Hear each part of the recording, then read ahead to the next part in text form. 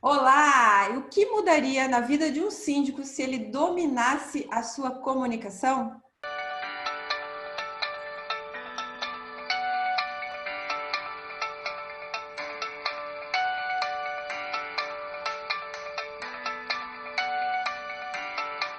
Hoje a gente vai saber quais são as ferramentas que podem auxiliar os síndicos no dia a dia e você não pode deixar de conhecer. Hoje a gente está aqui com Alexandre Pontioli, ele que desenvolve pessoas, desenvolve o comportamento humano com foco em comunicação. Alexandre, muito obrigada pela sua participação aqui com a gente. É um prazer, inclusive, porque fui treinada também pelo Alexandre, a gente usa as ferramentas no dia a dia até hoje e tenho muito carinho especial e bem-vindo aqui para falar com a gente. Quero falar muito realmente sobre sobre os perfis comportamentais. Acho que a gente podia começar com isso, né, Alexandre? Conta para a gente, para o pessoal, para os síndicos, das principais ferramentas, um pouco sobre esses perfis comportamentais, para eles entenderem melhor as pessoas. Legal. Ô, Miriam, bacana estar aqui, obrigado pela confiança. E eu trabalho com perfil comportamental há um tempo, com comunicação, e realmente nós temos ajudado líderes a se desenvolver melhor e obter o melhor resultado da sua equipe, aprendendo a lidar com cada pessoa de acordo com o seu perfil e de acordo com a sua linguagem, com a sua forma de se comunicar. Quando a gente fala de perfil comportamental, isso foi um estudo, né, um estudo que foi criado por dois professores de psicologia da faculdade de Harvard, e eles separaram as pessoas em quatro grupos. Separaram de acordo com o comportamento, a linguagem e a forma de se comunicar com o universo. Então, esses quatro grupos de pessoas, eles têm características muito fortes, muito semelhantes entre si e diferentes com os outros grupos. E quando eu e você aprendemos a nos comunicar com cada pessoa de acordo com a sua própria linguagem, com o seu próprio universo, com a sua própria forma de falar, tudo fica mais fácil, tudo fica mais simples e nós passamos a ser mais assertivos. Como o nome da ferramenta diz, né, é DISC, que é o D do dominante, que é o tubarão, é o I de influente, que é a águia, é o S de estabilidade, que seria o gato, e o C de cauteloso. Então, se eu for falar um pouquinho de cada um desses perfis, o dominante ou tubarão é aquela pessoa que tem uma linguagem mais forte, mais agressiva. Não apenas a linguagem, mas a sua atitude e o seu comportamento também. É aquela pessoa que não tem tempo ruim para ela entrar em ação. A principal característica, né, do dominante ou do tubarão é a execução. Então, o foco dessa pessoa é 100% voltado no resultado. Não é uma pessoa muito preocupada com os meios pelo qual ele atinge o resultado, mas o objetivo dele é sempre o resultado final. Então, quando nós falamos com o tubarão, se a gente não tem o entendimento desse conhecimento, desse conteúdo, dessa ferramenta, muitas vezes a gente pode até se assustar com a forma dele se comunicar, porque parece que ele é um pouco mais exigente, mais rígido no falar. Na verdade, é uma pessoa que tem uma atitude mais firme, uma pessoa que tem uma fala com muita força, com veemência, aquela pessoa que impõe respeito no olhar, no falar. A gente vê, se eu pudesse citar um exemplo, né, de uma pessoa que tem um perfil assim, nós temos aí o presidente dos Estados Unidos, Donald Trump, que o tempo todo ele deixa muito claro o seu perfil dominante. O nosso próprio presidente hoje, Jair Bolsonaro, também, você vê que é aquela pessoa que não é muito preocupada em fazer amigos, né, quando fala, mas é preocupado em falar e pronto, e é assim, e tal. Então, poderíamos dar muito mais exemplos, né? Só que o tubarão é o executor, é o do resultado. Aquela pessoa que faz o que tem que ser feito.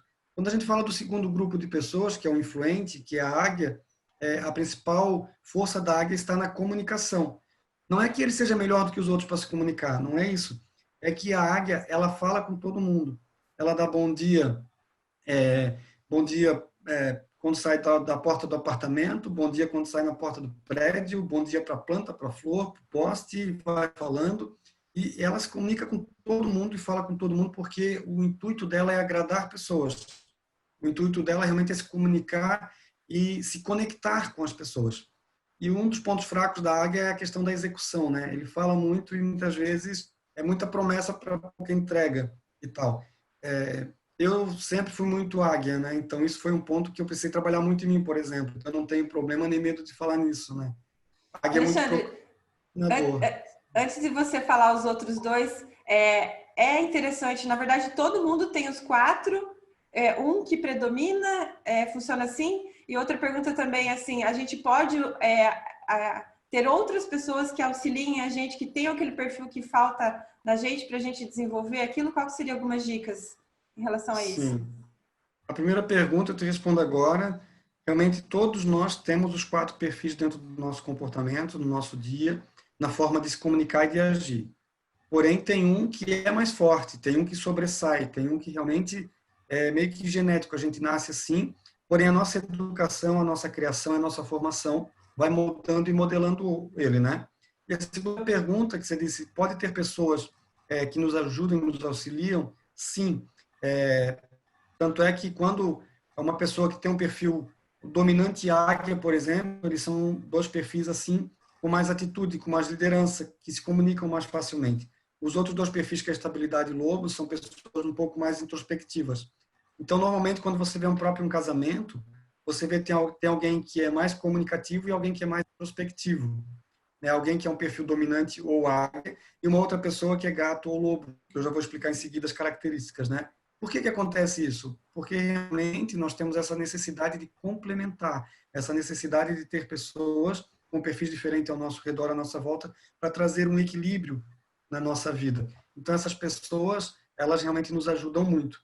E o que é muito legal desse conteúdo, Miriam, desse conhecimento, é a gente aprender como cada pessoa se comporta e respeitar o mundo dela, o ambiente dela. Porque nem todo mundo vai ter a minha velocidade, o meu tempo, nem todo mundo vai ter o meu foco, nem todo mundo vai agir da mesma maneira que eu mesmo operacionalizo tudo o que eu faço. Então, eu tenho que entender que o perfil da pessoa vai determinar os desejos delas, os valores dela e a velocidade dela. E nem sempre isso é tão tranquilo, né? Às vezes pode ser um pouquinho sofrido, né? Eu percebo assim que eu vi que a minha águia estava muito alta e que eu precisava de mais cautela. Então eu fui buscar nas minhas parcerias os lobos e sofri. Não foi algo assim que foi fácil, tão fácil não. Sim, quando você decide mexer no seu perfil, no seu comportamento, você realmente tem que mudar hábitos, você tem que começar a fazer coisas que para você de repente significavam uma dor em outro momento.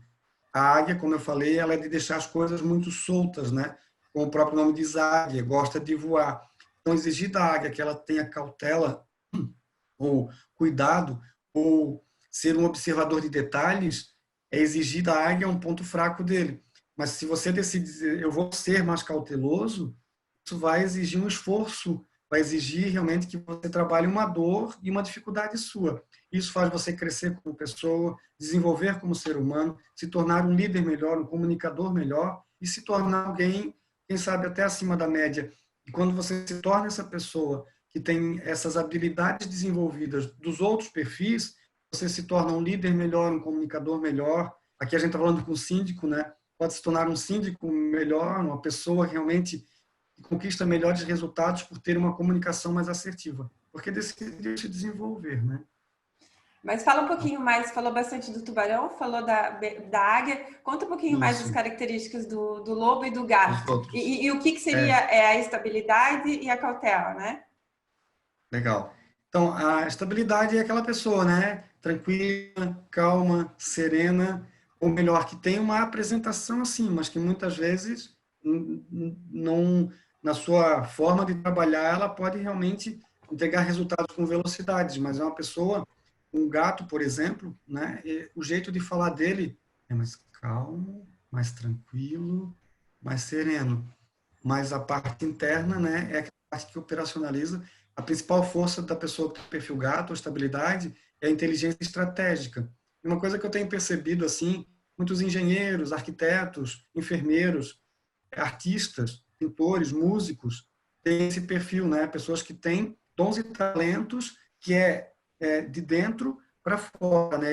Ele tem essas habilidades, assim, esses dons e esses talentos. E é aquela pessoa que ela tem uma forma mais leve de se comunicar, de falar com as pessoas, né? Tanto é que um gato com um tubarão, são os 2 perfis, o primeiro que eu falei, eles são 2 pessoas, mas vivem em universos diferentes, né?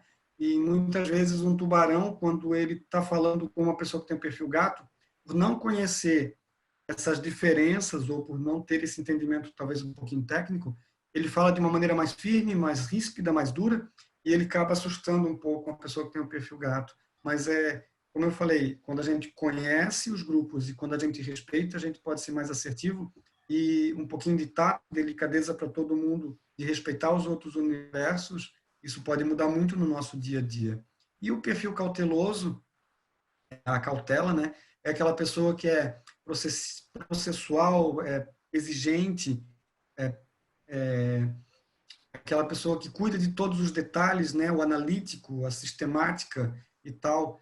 E essa pessoa realmente, ela é bem calma, bem tranquila, bem serena, e tudo que ela faz com muita cautela e muito cuidado. Eu costumo dizer que o lobo, ele não costuma mandar mensagem via WhatsApp, né? É por e-mail, descritivo com todos os detalhes, né? Um síndico lobo, por exemplo, se tiver algum aqui, ele já vai se identificar, né? Quando ele vai fazer um orçamento para o prédio, ele quer 3 orçamentos por e-mail detalhado, com tudo descritivo, nos mínimos detalhes, para realmente poder executar uma obra ou fazer um processo dentro do prédio, né? Então, e o lobo, ele tem também essa questão, o nível de exigência dele é muito alto.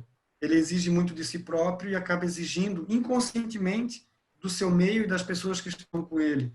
Então, ele acaba muitas vezes não gerando aquela empatia sem ter a percepção de que está exigindo demais, porque as pessoas são diferentes, né? E o que você falou, o equilíbrio, né? O tubarão e a águia são mais comunicativos, mais agressivos, são de atitude, mais expressivos, né? E o gato e o lobo mais introspectivos, né? São mais reservados. Até gostaria de citar um exemplo. Quando o Alexandre foi fazer uma palestra para alguns síndicos, eu vejo muitos lobos e vejo muitos tubarão, assim, na questão dos síndicos, que eu percebo, né? Mas uma síndica falou assim que ela gostou tanto de entender melhor os perfis comportamentais e ela contratou um zelador e ele era o perfil dela, que era águia.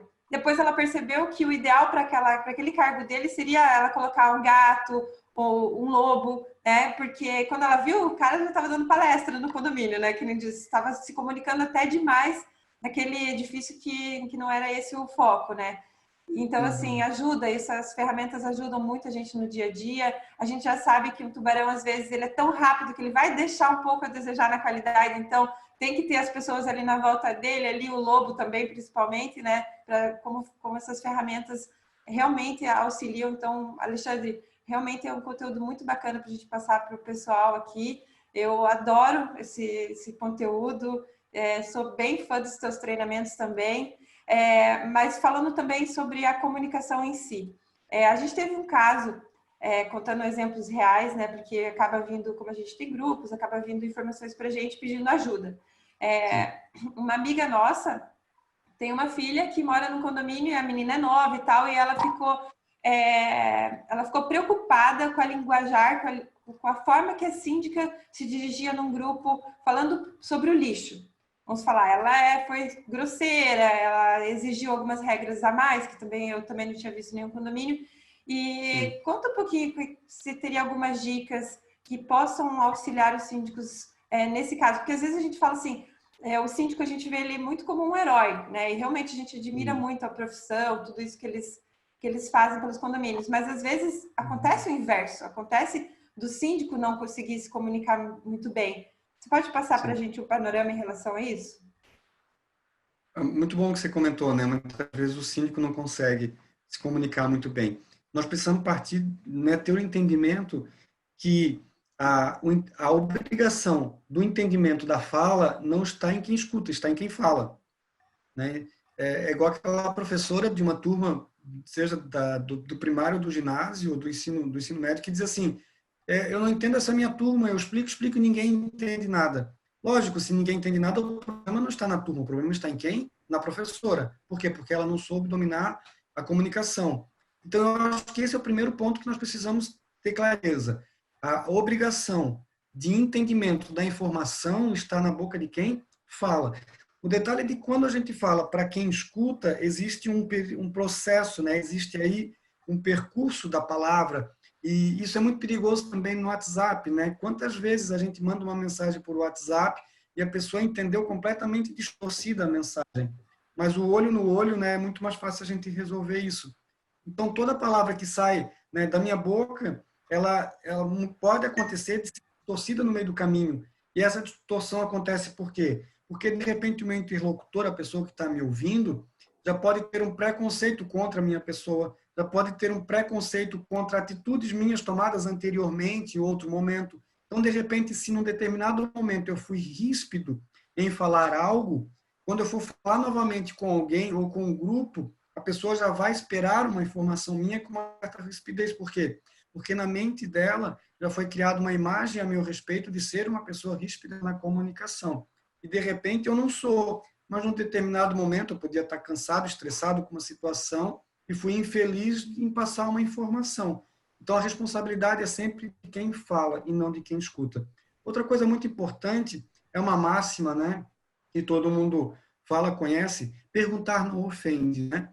Então, eu nunca chegar afirmando nada, mas eu perguntar, tem um problema no prédio, eu tenho um problema e eu acredito que a Miriam, né, eu sou síndico e a Miriam mora nesse prédio, eu acho que a Miriam é culpada, eu acho que a Miriam que fez, eu acho que a Miriam merece uma grande multa ou ser penalizada.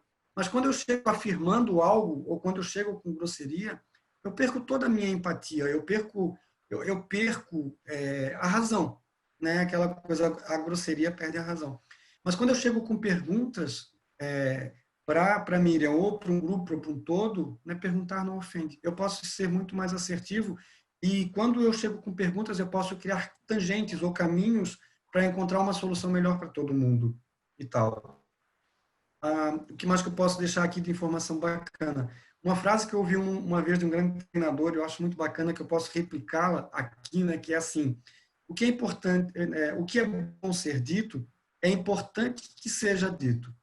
E o que não precisa ser dito, é importante que não seja dito. Você entende o peso e a diferença disso?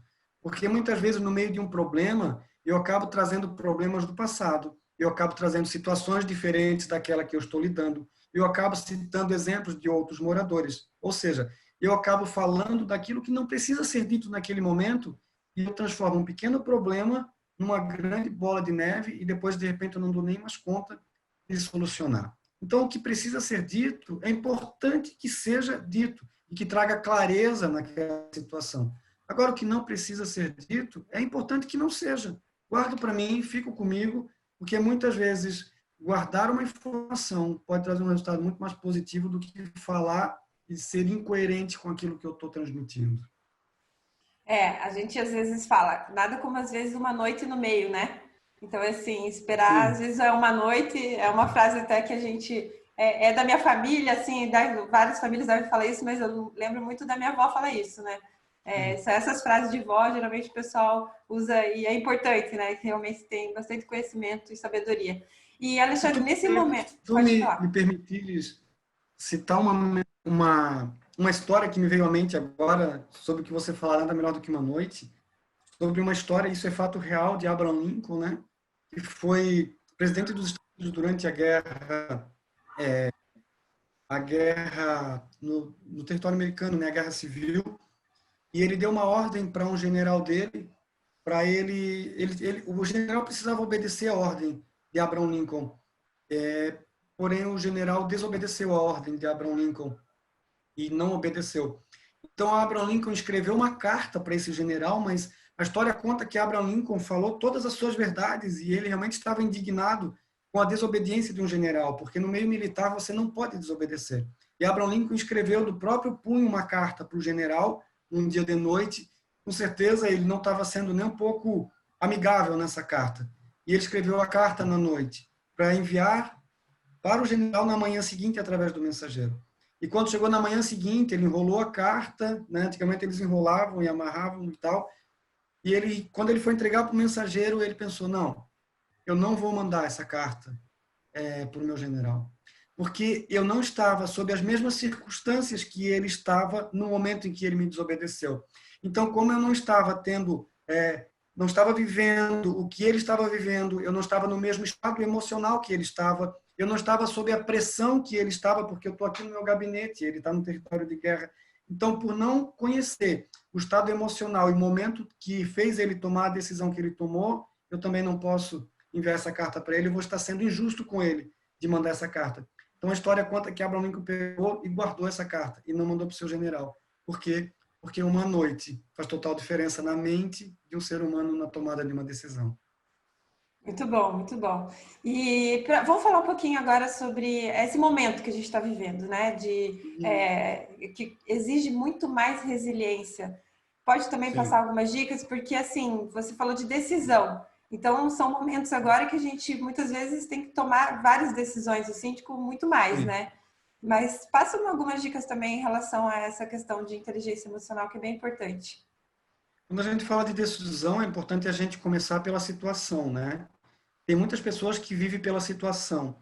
E se a gente pegar e viver pela situação no dia de hoje, a gente corre o risco de se trancar dentro do apartamento e, com isso, trabalhar o nosso emocional de uma maneira muito negativa, gerando ansiedade, gerando preocupação, gerando pensamentos que vão até diminuir a nossa imunidade e nos deixar um pouco suscetíveis a toda a situação.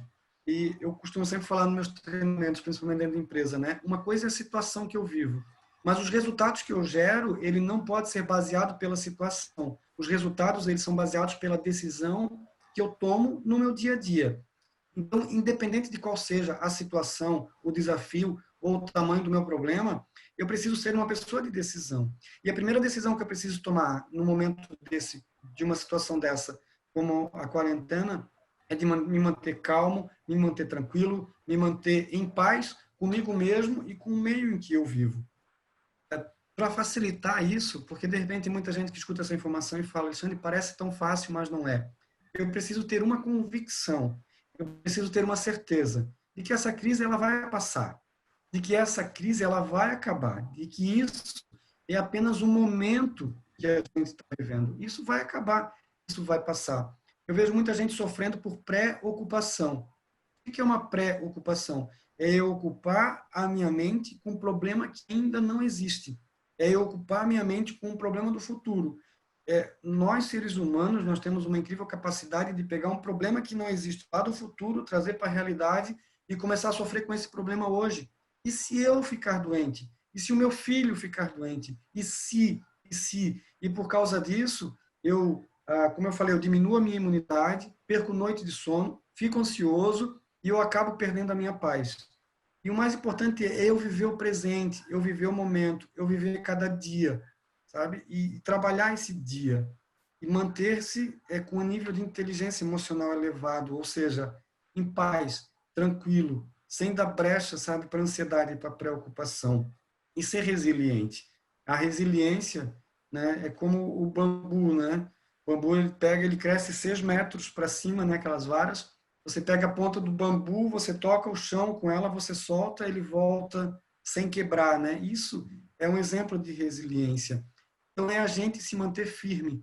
Para a gente se manter firme, muitas vezes a gente precisa respirar fundo algumas vezes do dia, se manter calmo.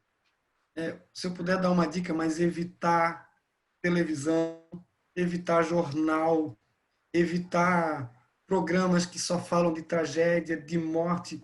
Eu preciso me comunicar e me conectar com pessoas positivas, pessoas do bem, pessoas que me colocam para cima e evitar a má notícia. Né? A má notícia é pior do que os próprios fatos que acontecem, né? Porque elas nos geram preocupação e baixam nosso nível de felicidade e de alegria. Outra situação também que eu percebo até a gente pode citar o Anthony Robbins, que é um pessoal também pode acompanhar, ler os livros dele. Tem um livro que é O Poder Sem Limites, que ele cita que quanto mais fundo às vezes a gente vai, mais difícil é para sair. Então, assim, buscar as ferramentas que possam te ajudar no dia a dia, seja uma leitura, uma música, né? Então, tem Uhum. ferramentas. Está vendo que a peteca está caindo? Busca lá os recursos, né? Eu, pelo menos, vou fazendo isso, já sei, o lado profissional tá deixando a desejar, eu já sei quais são as ferramentas que eu vou usar, e aí a gente vai estudando, vai treinando, e por isso essas dicas são muito importantes. E por falar em dica, para a gente finalizar aqui esse papo que é tão incrível, mas o Alexandre volta para falar com a gente, para trazer mais dicas. Dicas de livro, eu sei que você lê muito, sempre está citando alguns exemplos, até é bom para eu me atualizar aqui. Você pode passar algumas dicas, Alexandre? Eu acredito que, de acordo com o conteúdo que a gente trabalhou, teria um que é o mestre dos livros, né, na questão da comunicação humana. Eu vou citar dois. Se eu pudesse citar primeiramente a Bíblia, eu acredito que nesse momento a Bíblia é um livro que nos traz paz, nos traz um certo sossego para a nossa alma e nos traz ali a verdade. A Bíblia é o primeiro livro, é o livro, né? Eu tenho estudado muito, como você falou, lido muitos livros, e eu percebo que muito do que a gente lê já foi nos ensinado e nos deixado dentro da Bíblia. Mas um livro didático para o nosso dia a dia, Como Fazer Amigos e Influenciar Pessoas, do Dale Carnegie. É um livro que já foi escrito há mais de 70 anos e faz um sucesso incrível até hoje. Dale Carnegie é realmente, talvez, o maior mestre da comunicação na história da humanidade. E ele nos ensina, né, como fazer amigos e como influenciar pessoas. Então, se você quer ser mais assertivo na sua liderança e na sua comunicação, esse é o livro. Aliás, essa história que eu citei aqui do Abraham Lincoln, né, está dentro desse livro, né? Ele conta centenas de histórias dentro do livro, histórias práticas e que realmente trazem um grande crescimento, né, mental e de conteúdo cultural. Alexandre, muito obrigada pela sua participação. A gente sabe que a tua agenda está bem corrida aí. E sempre que tiver algumas dicas para a gente passar para o síndico, para os zeladores, os moradores, o pessoal, né, que acompanha, a gente está nas quintas-feiras no Conde TV, o canal do Condomínio, o portal Revista Só Aqui Condomínios, grupo de WhatsApp. Então, todas essas ferramentas aí são importantes para a gente trazer para o pessoal. E você está fazendo algum treinamento agora? Rede social, se puder deixar as informações para o pessoal continuar acompanhando o seu trabalho? Sim. Na verdade, eu estou, pela questão da pandemia, parado com treinamento presencial, né? Isso é inquestionável. Quem sabe, acredito que a partir do ano que vem a gente volta. Eu acho que, não sei se você sabe, mas eu comecei um trabalho com uma empresa multinacional no começo do ano de 2019. Então, hoje eu gerencio uma equipe de uma empresa americana, né?